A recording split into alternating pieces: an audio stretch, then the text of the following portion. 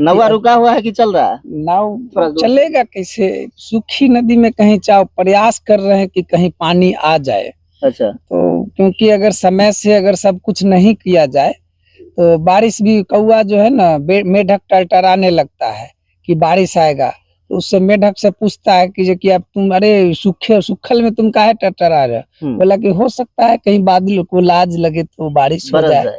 और बादल भी जो है सो बादल सोचता है कि जब टरटरा रहता है हम क्यों ना बरसे, इसलिए हम नदी में नाव लेकर के बैठे हुए हैं सुखल में, ताकि कहीं उसको कुछ लगे।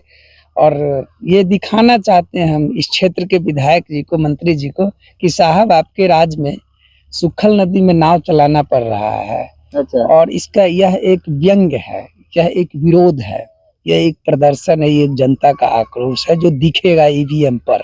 जल संसाधन मंत्री के क्षेत्र में आप कह रहे हैं कि 10 फीट गड्ढा में चुल्लू भर पानी में नहीं है। काश यदि 10 फीट गड्ढा में अगर चुल्लू भर पानी होता और साहब उस पानी में डूब कर मर जाते।